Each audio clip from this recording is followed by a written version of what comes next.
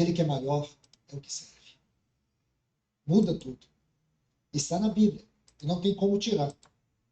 E falo para os irmãos, isso é sério. Diz, porque eu recebi do Senhor, que também vos entreguei, que o Senhor Jesus, na noite... Aqui nós temos coisas importantes para... Primeiro, ele está dizendo que eu recebi.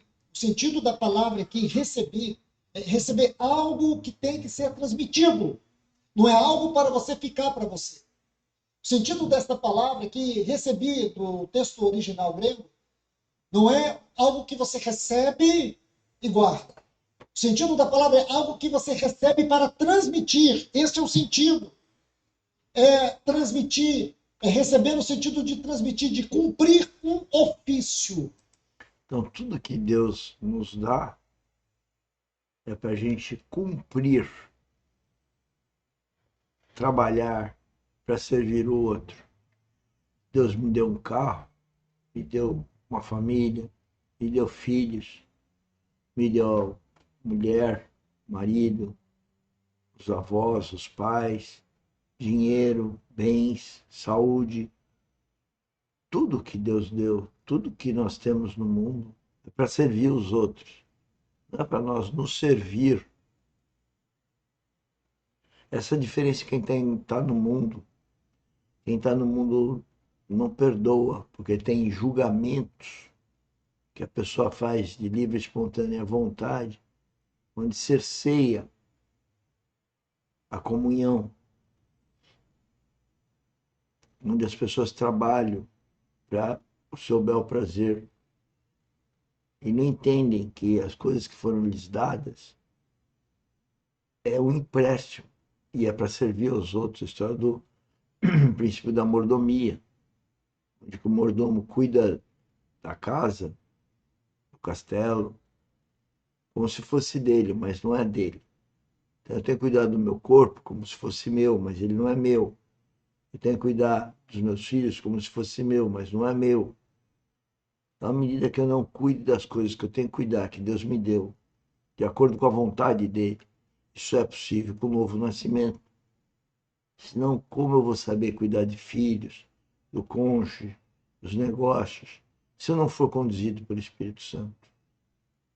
Se eu não for conduzido por Deus, pela intuição que vem no Espírito Santo. E é isso que nós estamos pregando aqui na academia, vida espiritual. Senão, não há uma vida real.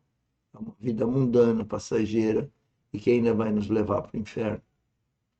A vida sobrenatural, a vida espiritual inclui a vida natural e vai nos levar, não é vai nos levar, já estamos na vida eterna.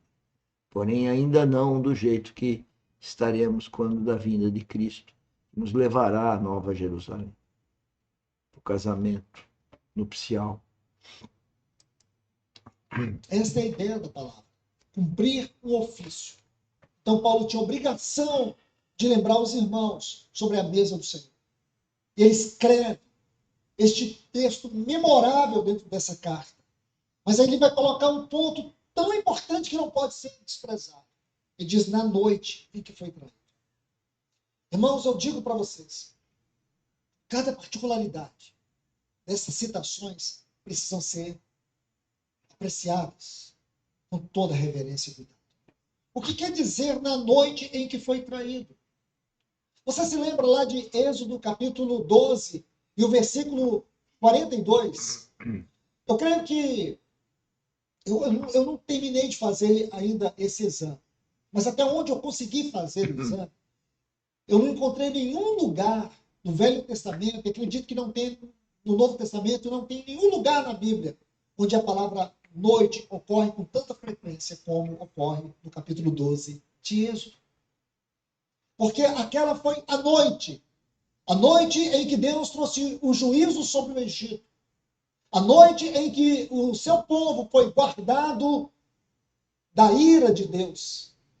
Aquela noite foi a noite onde o Cordeiro Imaculado, aquele Cordeiro que foi separado, aquele Cordeiro foi morto e o seu sangue colocado nos umbrais das portas da casa do povo de Deus, e por causa daquele sangue que Deus viu, nenhum anjo, nenhum poder da morte, nenhum poder destruidor pode entrar na casa do povo de Deus. Aí no no capítulo 12, versículo 42, diz assim: esta é a noite do Senhor. Êxodo 12, 42. Esta é a noite do Senhor. E eu digo para vocês, você não pode ler essa frase na noite que foi traído e esquecer do que aconteceu, da base, para você entender a riqueza dessa frase. Irmãos, eu quero mencionar 8 acontecimentos nessa noite. Dar os textos para vocês. A noite do Senhor. Primeiro, ele começa com a ceia. Então, eu não vou nem contar a mesa do Senhor. Eu vou contar os acontecimentos na sequência da mesa. Então, aquela ceia foi a noite do Senhor. A noite em que ele abriu o seu coração. Os discípulos aparentemente não estavam entendendo. Mas agora vamos ver 8 acontecimentos a partir daquele momento. Primeiro, ele entrou em agonia no Getsêmani. Eu gostaria de sugerir para você, abra sua Bíblia aí, em Mateus capítulo 26. Abram, sim. Vamos tentar ver, aí eu vou citando os textos, você vai ver depois, sabe o que você faz? Vai em casa, anota, sublinha, você vai ver que riqueza. Esse capítulo precisa ser lido, relido várias vezes. Mateus capítulo 26. Então vamos lá. Primeiro acontecimento. Ele entra em agonia no Getsêmani, está aí no versículo 36. Mateus 26, 36. Ele entra em agonia. Ele se derrama como nunca havia se derramado em oração por você, por nós, para que hoje nós estivéssemos aqui nessa manhã, uma paz que excede toda a compreensão humana, uma segurança, uma certeza eterna. Isso para quem nasceu de novo, para quem está naquela assembleia, hipoteticamente nasceu de novo. O nosso universo aqui é muito mais vasto. Eu diria que o universo dele é 5% do nosso universo aqui. Nós estamos falando com aqueles que não estão ainda com uma maturidade espiritual ou até um novo nascimento estabelecido. Meu irmão, minha irmã, sabe por quê?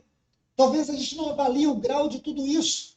É porque nós temos uma certeza eterna que todos os nossos inimigos, o mundo, a carne, o diabo, a morte, O mundo, a carne, o diabo, a morte, o inferno, ele destruiu tudo lá na cruz do Calvário. Bom, ele destruiu tudo na cruz.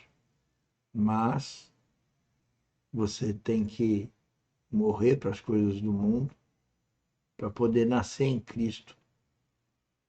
Cristo viver em nós. Nós temos o Espírito Santo habitando no nosso coração. Então nós sermos guiados por Deus, pela Trindade. Aí temos uma vida espiritual, porque é Deus que nos governa. Não é mais o eu, não é mais a minha vontade, não é mais o que eu quero, é o que o Pai quer. Que é um texto para você ler. Hebreus capítulo 2. Começa ali a partir do versículo 10. Você vai ver, ele destruiu todos os nossos inimigos. É o mesmo que o salmista diz lá no Salmo 23, prepara-nos uma mesa diante dos nossos adversários. De uma maneira tão contundente, você pode ler Colossenses, onde diz, lá no capítulo 2, versículo 14, que ele pegou o escrito de condenação, de dívida que era contra nós e cravou na cruz do Calvário. E tendo despojado, olha a palavra, ele despojou, ele expôs Satanás publicamente ao desprezo e à vergonha quando triunfou dele lá na cruz do Calvário. Então, amados irmãos, aqui o Getsemane é o primeiro acontecimento. O segundo acontecimento está aí no versículo 49. Ele foi traído por Judas.